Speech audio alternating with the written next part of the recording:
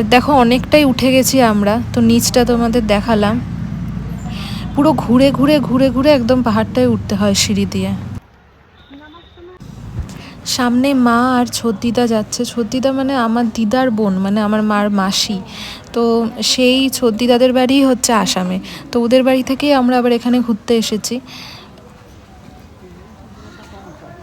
আমি, মা, ছদ্দিদা আর বাবা এখানে এসেছি, আর বান্টি মামাও এসছে, কিন্তু বান্টি মামা একটা কাজে গেছে, মানে ছদ্দিদার ছোট ছেলে যে সেই বান্টি মামা।